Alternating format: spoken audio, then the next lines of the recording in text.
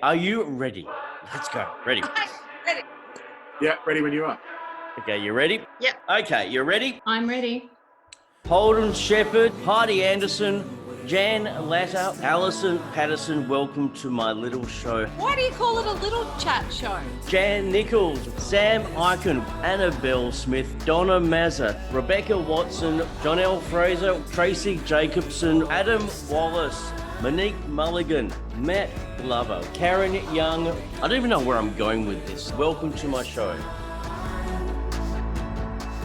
I've got a very special edition of Josh Langley Gets to Know. This is not about kids. This is not about mental health or anything like that. This is about music, and music is one of my biggest passions. And I had the chance to speak to Barry Divola, the author of Driving Stevie Fracasso, which is all about music, road trips, America, New York, all that sort of stuff. And it's quite sort of timely that today that I'm releasing this is the anniversary, 20th anniversary of 9/11, and this book is set basically around that time. So, and Barry and I have a bit of a conversation about that and what it means to him, especially in New York. Also, Barry has a good cry. It's not often I make men cry in my shows, not often I have men on my show at all, really. So I'm very honoured to have Barry on, and we talk about so many different things about music history, about music trivia, and about what new music to listen to. So please sit back, enjoy, and let's get to know Barry Divola.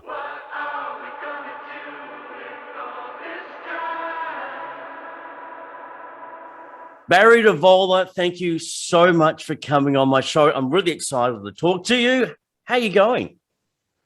I'm wonderful, Josh, and I'm so happy that we've got to do this because we only met, a couple of months ago? Yeah. David Allen Patali's excellent book launch for Locust Summer. That was and we got on like a house on fire. I know. Well, I actually saw you at the Margaret River Readers and Writers Festival earlier on. You saw me before I saw you. I know. It's not a competition, Barry, okay? But it was. I suppose I'm fascinated because I love rock trivia, music knowledge. I love all that sort of stuff, and I love music. And when I found that you'd written Driving Stevie Fracasso, let's hold up your copy. Yes. Oh, look, we've got matching copies. I just thought I've got to get my hands on this book, and I've got to read it, and I've got to talk to Barry about it, and it just smacks of everything that I love in regards to music history. But I have this one of my big problems is that when I hear like a classic rock story, like who collaborated on what album, who slept with who, all that sort of stuff, I can't retain it. It goes in one ear and out the other. And I love your ability to remember all this stuff and then retell it. And so, but let's just back up the truck a bit. Okay. What I want to know is, because you're obviously a music journalist, you write about pop culture and all that sort of stuff, Rolling Stone, yada, yada. What led you to that? What was your childhood like to get you into that music scene? To sum it up in a sentence, Josh, I was a nerd. And I still am, really. Nothing much has changed. So my childhood, I just was obsessed from a very young age. I'd say 8 maybe, with top 40 radio. Mm-hmm. And so I was kind of a kid in the late 60s, and then I became a teenager in the 70s. So top 40 radio then, I mean, it was just wonderful because you had iconic artists like David Bowie in there, but then you had this sort of glam rock in the early 70s. You had one-hit wonders, which I have a special fondness for one-hit wonders, trashy one-hit wonders from the 70s. It was one of my favourite things. And there were a lot of them. Just top 40 radio, I was obsessed with it. I used to cut out the top 40 that used to be in the Sunday paper every Sunday, and I put them in a drawer, and I circle the songs that were the new entries and see how quickly they went up the charts and what was coming out of the charts. And I was just fascinated with it. And plus I started reading about it too from a young age because I wanted to know, who are these people? Who really is David Bowie? He seems like he's from another planet, but you're saying he's a real person and his real name is David Jones. This fascinated me, that these people who seemed like gods were actually real people and had real stories to tell. So, yeah, I got bitten by the bug really, really early. I started playing guitar and joined my first band, who had the terrible name Vaguely Autistic was our name. I think we were trying to be punks. I have no idea what we were thinking. Our first gig, actually, which I fictionalized, my Driving Stevie Fracasso is my 9th book. It's my first novel. So I've written 4 non-fiction books. I've written 3 kids' books. And I've written a book of, this is 10 years ago, 1970 something, which is a collection of short stories, but they're linked. So it tells the story of one kid growing up from about the age of 7 to 17, roughly, in the 1970s. You can see the Melbourne Star dragster bikes on the cover. And it's fiction, but if you read that book, Josh, you would learn a hell of a lot about Barry Divola's childhood, because I gleaned a lot from my childhood in this. And the kid in that does exactly what I do, which was collecting the top 40s and seeing the bands go up and down and the songs and being obsessed with it. And I put my band Vaguely Autistic in there. And the story was, we were doing a gig at a church, our very first gig, and the minister got wind of our name. And he said, you can't play if you use that name. So we changed our name to Vague Impressions. I suppose it's a little better than Vaguely, or you wouldn't be able to get away with that now. No. But yeah, that was I guess my childhood grounding, and watching Countdown every Sunday night was a religion. For my whole family, really. So then, even I'm going to stop you there, Barry. Your whole family watched Countdown. Oh yeah. It was like church, Oh no, I remember that my father used to walk past while my brother and I were watching Countdown, and he would just go, "What's this rubbish?" And because they weren't playing Bob Dylan, or they weren't playing Joan Baez and things like that, And my brother and I would have our the little portable cassette player and recording, holding it up to the TV speaker, pressing record. Don't say anything. Then the dog would bark, and he'd go, "You're ruining it for me." Yeah, and then Molly had come in and ruined the end of the song because he'd come in too quickly, right? Yeah. Yep. I think we've all had that experience. Yep. And what was it? Was it Gavin Wood was the voiceover guy? And I wanted to be like Gavin Wood because he just announced everything so well. He had that voice, didn't he? Yeah. The FM radio type voice. Yeah, exactly. Something to aspire. Yeah. And then, when I got old enough to go into pubs, or possibly a bit before, I started going to see bands, and that just opened up a whole new world. And because that was the late 70s, I got Elvis Costello changed my life. I was like into, like everyone. I had Fleetwood Mac's Rumours and Eagles Hotel California and Meatloaf Bat Out of Hell, Supertramp, classic 70s stuff. And then one weekend, this girl loaned me her copy because she's been going on and on about this guy called Elvis Costello. And she loaned me on a Friday afternoon My Aim Is True, the first Elvis Costello album. And by Monday morning, honestly, Josh, I was a different person. Really? It was like it just opened the door. And I thought, man, what have I been listening to? This is incredible.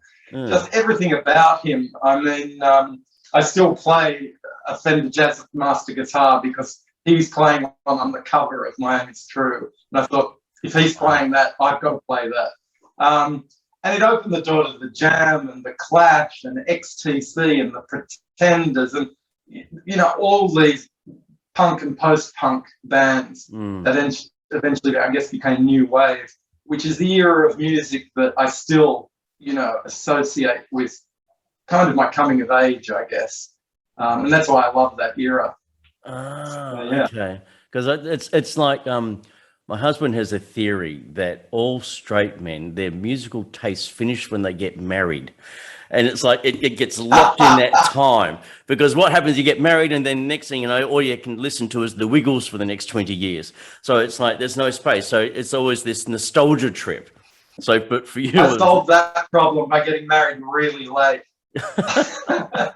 so you So delayed your Wiggles. on my extended adolescence, for decades and decades and decades. But yeah, I think your husband actually has got a good point, I think, with the fact that people often, their music taste atrophies at a certain age. And it's usually the age where music stops being the center of their lives and it starts becoming the background to their lives. Yeah. They stop seeking out new music. They say music stopped mattering in 1979 or music stopped happening in 1986. Whatever age they're about, 28 is when music stops mattering. Yeah, if that happened in 1969, there's a beautiful scene in here where the main character runs into an old school friend in his old town, and then she was the beauty or whatever it was, and now she's got 2 kids in the back seat, and she's just saying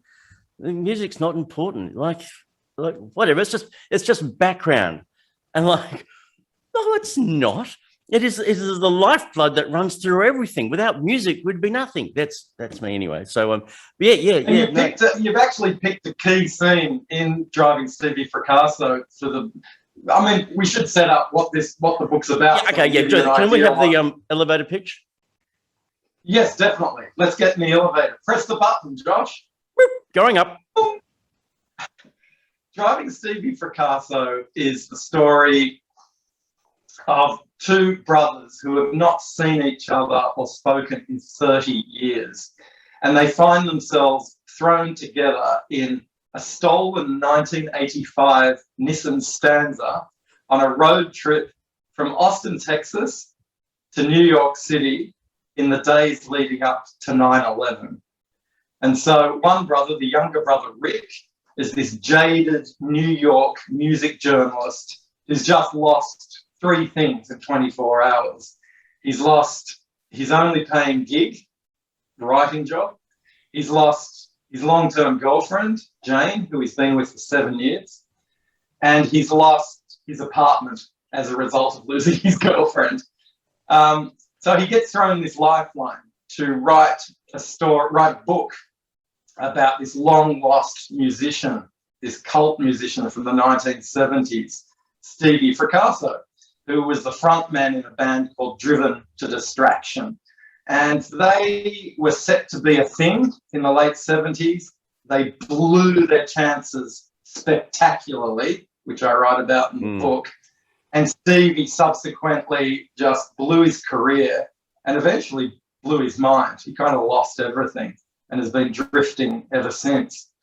Rick and Stevie are the 2 brothers who haven't seen each other in 30 years. So Rick drives the car, the stolen Stanza, down to Austin, Texas, reunites with Stevie, and they drive from Austin through New Orleans, Clarksdale, Mississippi, Memphis, Nashville, up to Philadelphia, and finally into New York City. And along the way, we discover their story and their relationship changes. Secrets are revealed and things are thrown in their path, and they meet all sorts of characters along the way. So that's the story. And the scene that you very wisely chose is kind of the first bit along the journey where Rick is pretty self-obsessed and, let's face it, a bit of a bastard, because he hasn't really grown up even though he's just turned 40. He's selfish and he's got very set ideas about things. And he runs into this girl that he went to school with, who's now also 40, who says to him, I'm a big fan of Men at Work. Oh, that's right. and Toto. And Rick kind of thinks this is ridiculous, but she cuts him down to size and says, all these bands that you're telling me I should be into, who cares? Music's something that's on in the background when you're doing the shopping or when you're picking up your kids from school and it's on the car radio. It's not really that big a part of my life. And I think that's a tiny first little nudge that Rick gets to this journey that he's got to take, and the responsibilities, without giving away a spoiler, he's got to face up to a very big responsibility halfway through the book that happens that you know about. Hopefully people who end up buying the book will find out about it. I'm sure it's a life decision that's really going to send his life one way or another way. So yeah, that's part of Rick's journey, I think, that he has to take as they take this physical road trip from Austin to New York City. And that's the thing. I love the whole idea of a road trip. I think anyone loves a road trip. I mean, I don't know about you, Barry, but I love old maps, like, you know, the old fold-out maps you used to get. And you can just look at that, and for some reason it just says possibility, it says adventure. And like sometimes, like, you hear all these stories of, like, say in the US, you know, something's happened in Milwaukee or something happened in New Orleans, and you hear all this, all you're like, but you go, where actually are they? So it's nothing better than getting out a map or going to Google Maps and seeing where everything is placed. And that with Driving Stevie Fracasso, all the journey that you put there, I actually went onto Google Maps and went, oh, so that's where it all is. That's how they go. Can I show you something? Yes. I've still got it taped to the back of my door, but I'll pull it off. Okay. I can just see this. We'll put some thinking music behind. Oh, here we go. I had this above my desk the entire time I was writing, which has got the journey that they take. Because I was conscious of where they needed to be at certain times in the trip, what their relationship had to be like, who they met along the way, and how far into the book. So it really helped me with planning the book, because a novel, as you know, is a big trip. You know, 90,000 words roughly. There's a lot that's got to happen. There's a lot you've got to keep in your head, and you've got to pace it, find out how your characters develop.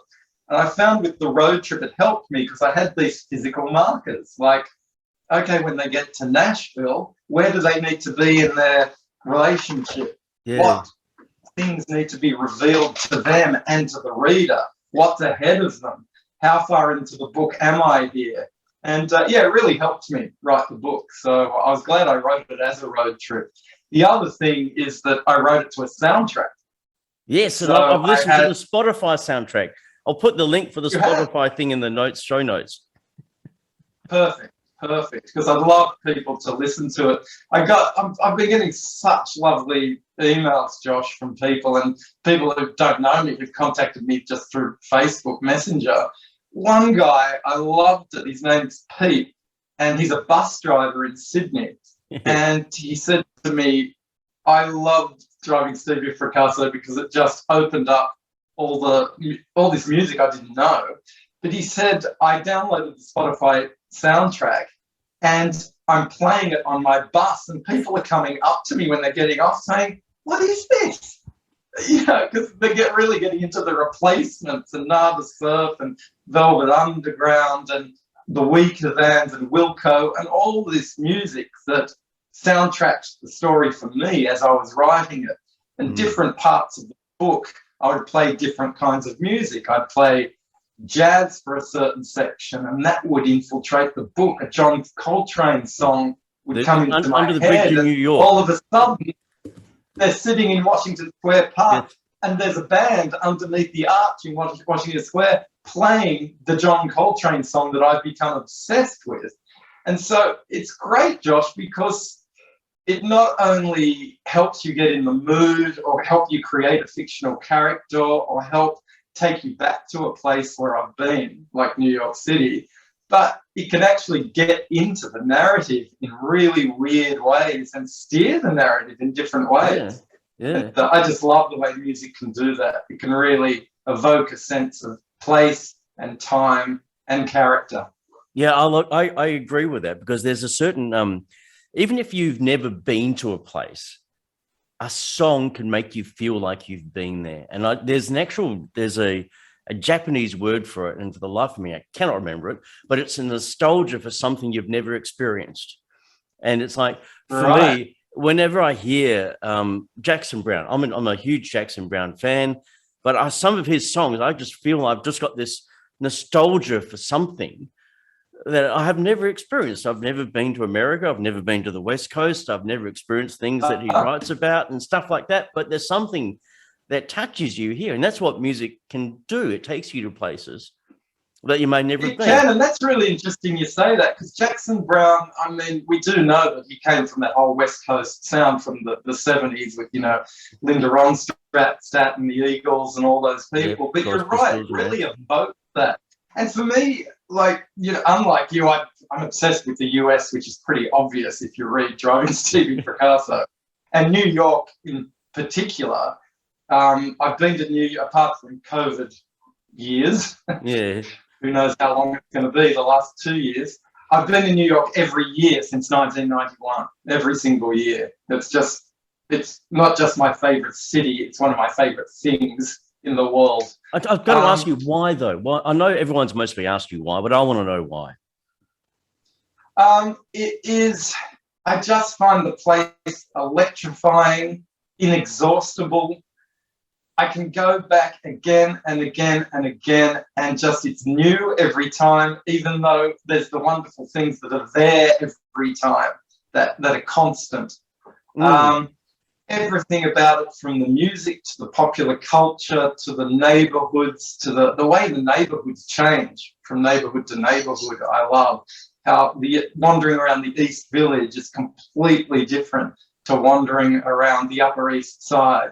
Wandering around, Soho is completely different to walking around Williamsburg in Brooklyn. When you look at New York, it's not that huge. We live in Western Australia, which is gigantic. But, I mean, New York is pretty concentrated. But there is so much of the world contained in that island, and then across the river in Brooklyn and the Bronx and Queens. And plus there's so much history to it. I mean... you just walk down the street and you look up and there's a street sign. It's like 53rd and 3rd. That's the Ramones song. I did a story where I went to, I might give it to you to put in your show notes, but it's a story I did where I tracked down where every famous album cover that was shot in New York was shot. Yeah. So I went to the street where your dad would love this, where Bob Dylan's walking down the street with Suze Rotolo on the cover of Freewheelin' Bob Dylan. I found that street, took a photo of myself there. My nephew, who lived in New York at the time, took all the photos. And then I got the story of how Dylan took that shot, what was happening in his life at that time, where he lived, which is just around the corner. I did the Ramones from where they're in front of the brick wall at the back of CBGB's. I did the Beastie Boys down the Lower East Side on the corner of Ludlow and Rivington. Was it Led Zeppelin? Led Zeppelin. Led Zeppelin. Yeah. That's in Driving Stevie Fracasso. Rick lives opposite the building from the cover of that album. And that building also was used for the video clip for the Rolling Stones song, wasn't it? Yeah, see? I'm waiting on remembering. a friend. You are. See? It's not going in one ear and out the other, Josh. It's sticking for a little bit. But the thing I'd is... like to think I've had some small part in it sticking there. You have, Barry, because reading this, especially the New York scenes, reminds me so much of reading Patti Smith's book. And to me, it is, that's, such a description of New York, but obviously from the late 60s through to the 70s. And yours is about the same sort of bit later. But the names of the venues, the places, all those sort of stuff, it evokes in me something, the same thing. I feel like I should be there. I'm missing out, especially all the stories about Chelsea Hotel. Did you go to the Hotel Chelsea? In 2000? Yeah, 2000. I stayed in the Chelsea for a week to write a story for Rolling Stone magazine. What was it like?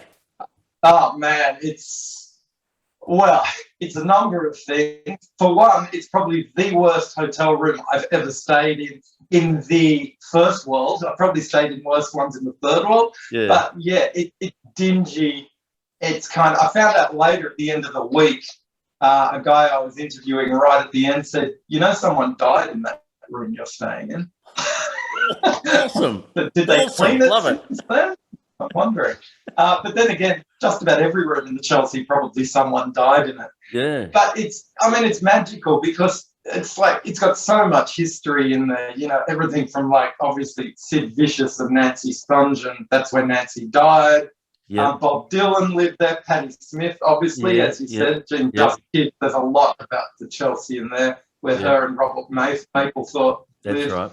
I mean, Dylan Thomas. You can go all the way back. I know. Dylan William Thomas, S. Burroughs. Cohen. Yeah. Famous books were written there. Famous songs were written there. So the place just has this history. But also the guy that ran it basically would trade art for rent. So he had the best art collection. When I stayed there was a Brett Whiteley hanging in reception behind the reception desk. Oh, seriously? Wow. Because Brett Whiteley lived there. I love Brett Whiteley stuff. But these were artists who were on their way. They weren't famous yet, you know. So this guy just said, "Oh, give me a couple of paintings and you can have 6 months rent or whatever." And subsequently, he died with like this incredible art collection, because all these artists obviously went on to huge things. So it was fascinating to stay there, and it was in a state of flux because a lot of the long-term residents were being pushed out because they were trying to turn it into apartments, basically. Right. And that process, I think, now is almost at its end. I think they've almost lost the battle, but they're still the old school are hanging in there. They've been living there for decades, and they're not moving. But to actually stay there and meet these people who had lived there for so many years was just so great. And there was the bar next door, isn't it? You had to go through a door, and that just the amount of stories that you imagine being a barfly, you would have just heard so much. So I've got just to my right here, I've got like all my moleskin notebooks from every trip I ever take, and I combed those for stuff for this book because I've been to every city that Stevie and Rick visit in Driving Stevie Fracasso. And so I was grounded in those cities and I knew their sort of geography. And I had stories from those cities of maybe things I'd seen or people I'd met or bars I'd been to, streets I'd walked down. So the book's grounded in that because I knew that world. Like people often ask me, the biggest compliment I've ever been paid, and a few people have asked me this, they said, "When did you live in New York?"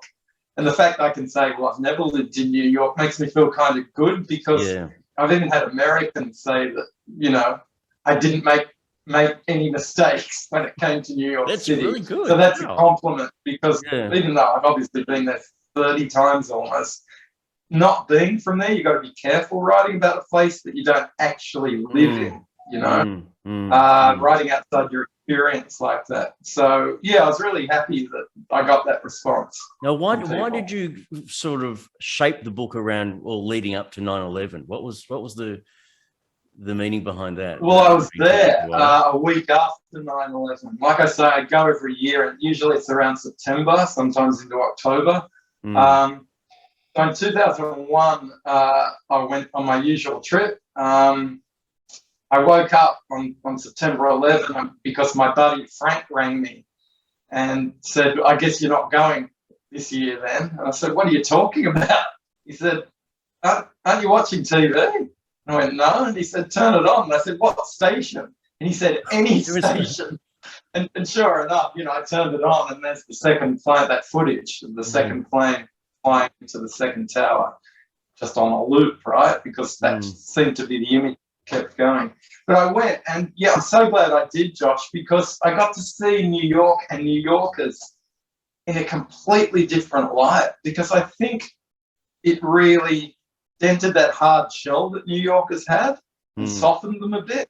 And people just wanted to talk about what had happened, why it had happened, and what was going to happen, because, you know, obviously George Bush had pretty much, I think, 80-something% approval rating to start a war with someone, anyone, as it turned out, you know, the wrong people, as it turned out. So yeah, I hung around Union Square a lot, which I use a bit in the book because that was kind of the epicenter for New Yorkers meeting. And I saw so many amazing scenes there, like arguments, horrible arguments of people who were pro-war and people who were, there was a big anti-war movement there. I saw heartbreaking things of like kids writing messages on these big sheets of butcher's paper with candles burning and incense burning, these messages of hope for their city and for the people, that somehow some good would come out of this. People were singing Give Peace a Chance by John Lennon, linked arms, tearing up a bit, talking about it, because it was just such an emotional time, And I believe it's 20 years. Yeah, it's 20 years, so depending when we're talking, it's next week. But 20 years, it's hard to believe. And I thought, I really want to write about this one day somehow. I don't know how, but I want to include it in something. And sure enough, I thought, okay, they're going on this road trip. How about I make it in 2001 in September, and they drive into New York the day after 9/11, or a couple of days after 9/11. And as their lives have been blown apart from this experience, their city that they both love has literally been blown apart. As Wilco say in the song Jesus, etc., tall buildings shake, voices escape, singing sad, sad songs.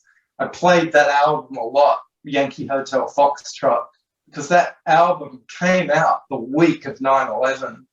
And it's just full of these songs that you think, this is about 9/11, but it's not. Wilco had recorded those songs a year before, and it's just this album that kind of soundtracked it. And there's a few records from that time which, without trying to, actually encapsulate that time for me, and I know for a lot of people. Yeah. And once again, it gets back to what we were talking about, how you said, Josh, that a song can just evoke a time and a place so clearly for you.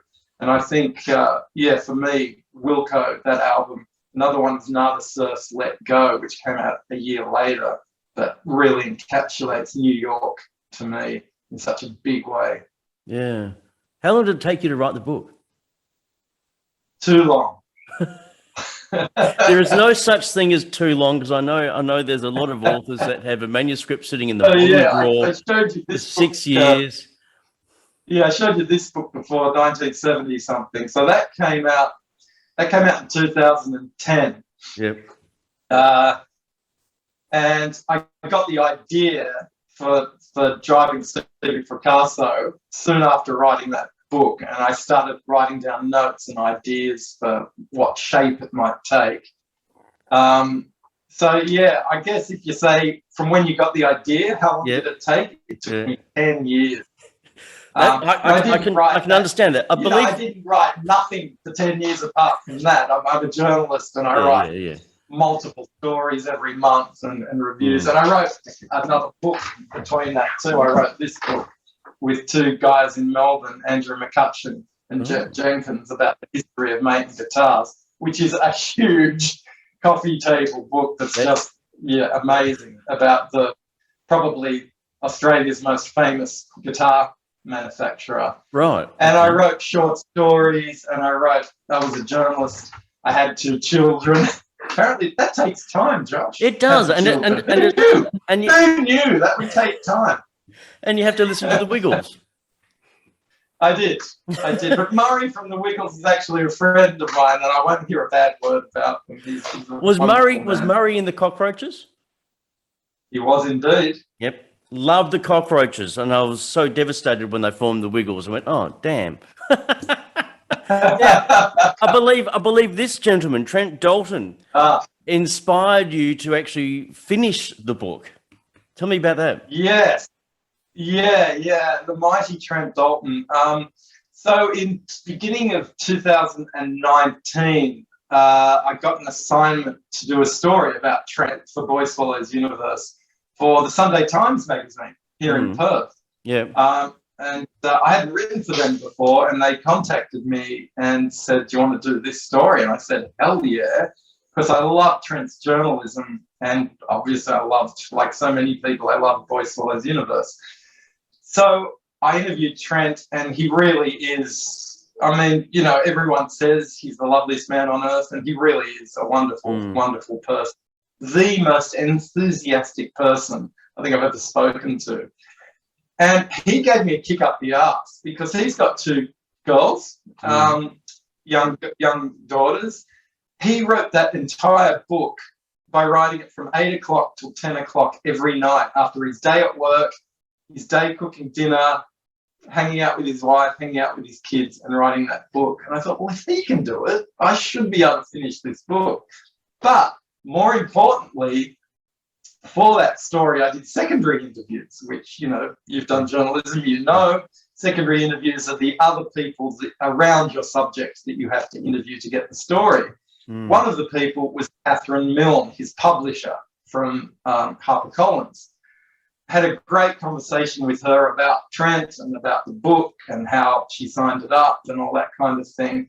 And at the end of our interview, she said, "So Barry, have you got a novel in you?" And I love said, how the Catherine, universe actually, works. I've got one about halfway out of me, but it's still not all the way out. And she said, "Well, when it's all the way out, send it to me and I'll have a look. I can't promise anything, but I'll have a look and give you my opinion."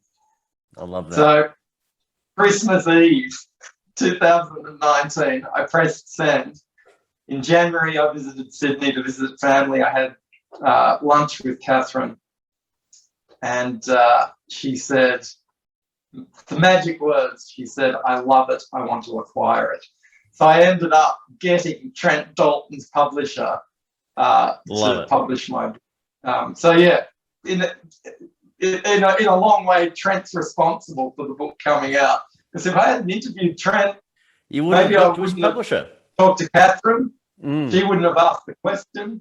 I wouldn't have got my ass kicked to actually get it into gear, and because I had that deadline of Christmas, and I might never have got the book published. So yeah, here we are. So a lot of those moments are there. It's serendipity. It's a little bit of magic. A lot of it's just showing up, you know, all that sort of stuff. And it's like, I love little stories like that. Thank you for sharing that, Barry. I love that. Now, I want to know, let's get back into a bit of music just quickly. What song makes you cry? For good reasons, not because you hate it so much. Yeah, there's a lot of those, right? Anything that starts with yo, play on YouTube. But no, the one song that makes me tear up every time I hear it, and I've heard it hundreds and hundreds of times. And actually, before I tell you what it is, 2 years ago, almost exactly 2 years ago, because I got those Facebook memories things the other day, and I realized it had been almost exactly 2 years.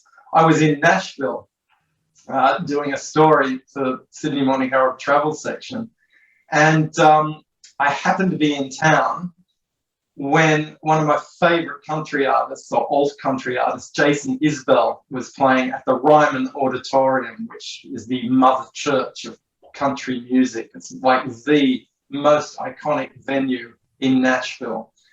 And he was playing a 1 week stand there, which he does every year. And so I got to go to see him there. And I'd seen him before and I knew he was great, but to see him in the Ryman Auditorium was the ultimate. And Jason Isbell has a song called Elephant.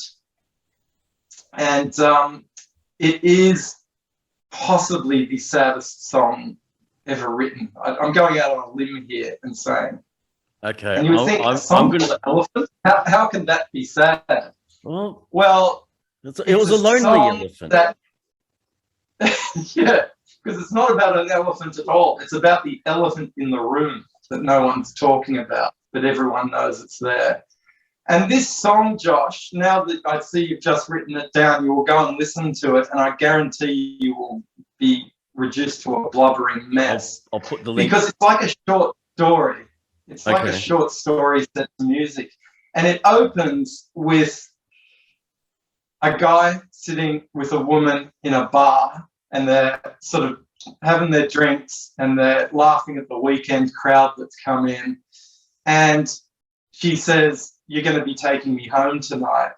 And he said, he sings in the song, "I know I'm going to be taking her home, but she's going to be sleeping alone, and I'll carry her into bed." So I'm tearing up as I talk to you about it. And there's just this one line that he says that makes you twig what's going on. He says, "And I'll sweep her hair from the floor." Oh. I'll sweep her hair from the floor. So you can see where it's going, right? Yep. The elephant in the room is she's dying of cancer. Yeah. And honestly, it's so understated, and it's not maudlin, but it's just so sad. But there's beauty in that sadness. I can't even talk about it. Sorry, but I didn't mean to make you cry. Excellent. This is good for ratings. Good for ratings. Yeah. Well, So while you just dry your eyes, the song for me is "Power of the Heart" by Peter Gabriel. Oh yeah. This is the song that written by Lou Reed for when he proposed to Laurie Anderson. And Lou Reed does a version of it, but it's absolutely terrible. And I'm not going to ask you about Lou Reed because I know you've got thoughts and feelings about Lou Reed, but people can discover that at other places. But we played "Power of the Heart" at my husband at our wedding, and it was just we had it playing. Just there was a park, dam, willow trees, all the guests there, and we had that playing as we turned up, and it's like, I just anyway. You're going to make me cry, but we're not going to do that. Beautiful. New music, quickly. Because I know you talk about a lot of old music that's sort of in that formative years, but what about new music? What are you getting into? Oh, so much. It's like getting back to that whole, you shouldn't stop listening to music at the age of 25 and say nothing good's coming. Because, there's so much good stuff. A band that I tell everyone about that I just adore, and I don't understand a word they're singing because they're Japanese and all their songs are in Japanese, and I do not speak Japanese. They're all born in 1998, so they're like 22. They're called Sakuran Zensen, which is Sakuran Zensen. I think I've got that right. And they are, Josh, like a cross between the New York Dolls, the Strokes, and the Banana Splits. Whoa, okay, you've just gone off somewhere. They are that good. They're just nuts. They're like punky, poppy.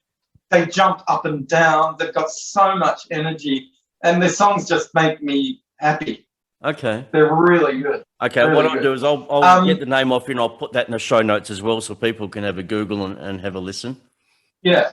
And one more I'd really recommend. They've got a live album coming out very soon, September 17. I'll pause there in case you need to edit that for timing. But they're called The Bests, and they're from New Zealand. Their first album came out in 2018, and they've got 2 albums now. They were meant to do a big tour, including Australia. COVID completely put a kibosh on that. But they filmed a tour they did last year with a whole lot of on-the-road footage, and it's coming out as a live album and a film. And the first bit of it has just dropped online. It's for a song which is the title track of their first album, Future Me Hates Me, it's called. Ooh. Future Me Hates Me by The Bests. And it's led by a girl called Liz Stokes, who's just a dynamo and is just the best songwriter. But the band is just phenomenal. It harks back to a lot of like 90s indie rock. I guess if you were... Okay. I don't mind that 90s indie rock, yeah. Yeah, if you're into the Breeders or Veruca Salt or a lot of those female-led indie bands from then, you will love this. And this clip, if you Google The Best Future Me Hates Me live or in Auckland, 2020, it'll come up.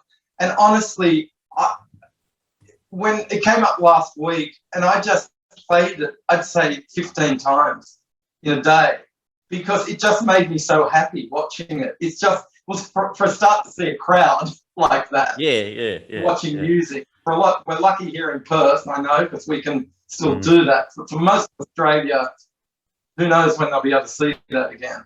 And but it's just so life affirming, and the song is so great that they can all sing. The harmonies are incredible, and just the power of the song. And two of them are wearing shorts. I've got a rule about bands should not wear shorts on stage. I break my rule for the best. I can think of who was it? Who used to wear the shorts in Queen? It wasn't Brian May. It was the bass player. Oh, John Deacon, wasn't Yeah, it? he used to always wear little yellow shorts, and I'm just going, no. Wrong. My new music pick for everyone is Fred Again. He's a British producer. Had an album came out last year, and he's just writing his new one at the moment. But Actual Life is the name of the album, Fred Again. I recommend everyone go give it a listen. It's the melancholy feel for the 2020. You just got to. I'm writing that down. Fred Again, yes, and the album's Actual Life. I'll check that out. The Thank title you for the recommendation. The title track is called Mirror, We've Lost Dancing. Encapsulates everything about how you couldn't kiss, you couldn't hug, you couldn't dance, you couldn't do what, but it is such an infectious, syrupy kind of dancey kind of feel. It's just, and lastly, Altar Boy, Perth band. Have you heard of them? Oh yeah, I've heard of Altar. Yeah, I've heard of them. Yeah. I have not yet to see them live. Apparently their live shows are just extraordinary, but they're playing down at Busselton in October. So hopefully I'm going to go see them play then. But I love their music. Queer electro pop is what they're described as. So I just love them. Now, last one. What lights you up, Barry? What lights me up? Oh, look, I'm going to have to go with the cheesiest answer possible here. And, 10 years ago, if someone would have given this answer, I would have gone, oh, give me a break. But it's my two daughters who are 10 and 7. And I was late to fatherhood. I had never had any aspirations to become a father. It's just completely, my outlook on things just has completely changed. They just every day fill me with, they inspire me, because seeing the, talking about creativity, which I know you do every day with this show and with your life, just watching kids, and you would know this because you deal with kids all the time, but the unbridled creativity and imagination and just their worldview and the curiosity about life just fuels you. You feel, I'm sure it does the same to you after you do a school visit, right? Yeah. Imagine having that in your house 24/7, and they're just constantly asking questions and constantly creating and bringing you in stories that they've written or pictures that they've drawn or asking you things, and you're going, where the hell does that come from? And it's just, for me, it fills up my tank to have that around me all the time. And I think it helps keep me young in my thinking, and it helps expand my mind a lot, having these kids, because they're teaching me. I mean, people say that parents teach their kids, but they teach me to think differently. And I think especially now, I know that, people in Melbourne and Sydney are probably going nuts having their kids at home all the time and homeschooling and all that. And I know we were lucky here in Perth because, we thought we'd be homeschooling for ages last year, and it ended up being ridiculously short when I looked at it. But that time, I kind of look back with a kind of nostalgia, because we had such a good time and we planned our days and we did so much together that I almost, don't say it too loud, I kind of missed it when they went back to school. I've heard we similar might be stories. In that situation again. Who knows? We might be in that situation again. Especially from dads who said they really appreciated being home with their kids. Mums, off we go, back to school. Here we go. But for dads, it's a different kind of story. Now, Barry, where can people get their copy of Driving Stevie Fracasso. Yes, let's not call it finding Stevie. But if they want to find Driving Stevie Fracasso, it. Josh, it's through HarperCollins. So it's in most bookstores you will find it. If you go into your local bookstore and it's not there, pester them until they get it in there. It's also, you will find it online as well. You can find it. It's pretty much everywhere now. Okay, but good. yeah, go looking for it. Demand it. Demand it. Be ruthless in your demanding for the copy. Okay, Barry, thank you so much for joining me. It's been an absolute pleasure. Josh, it's been amazing. And as I said, we only met a short time ago, but I'm so glad we got to have this conversation because now we're old buddies. I know, and I made you cry. I'm so sorry. Thank you. I needed a good cry this morning.